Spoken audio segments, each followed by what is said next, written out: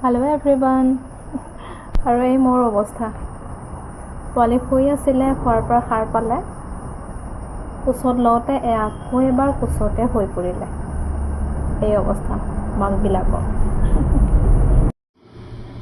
আৰু এয়া মই এতিয়া সন্ধিয়াৰ চাহ বাকিবলৈ ওলাইছোঁ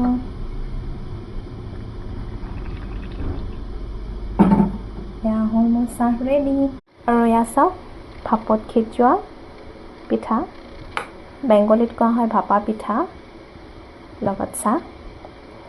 একচুৱেলি মই বনোৱা নাই পিঠাটো মোৰ শাহুমাই বনালে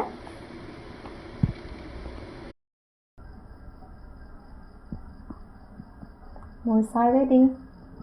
বলক এতিয়া চাহৰ জুতি লওঁ সিজোৱা পিঠাৰ সৈতে অৰ্থাৎ ভাপা পিঠাৰ সৈতে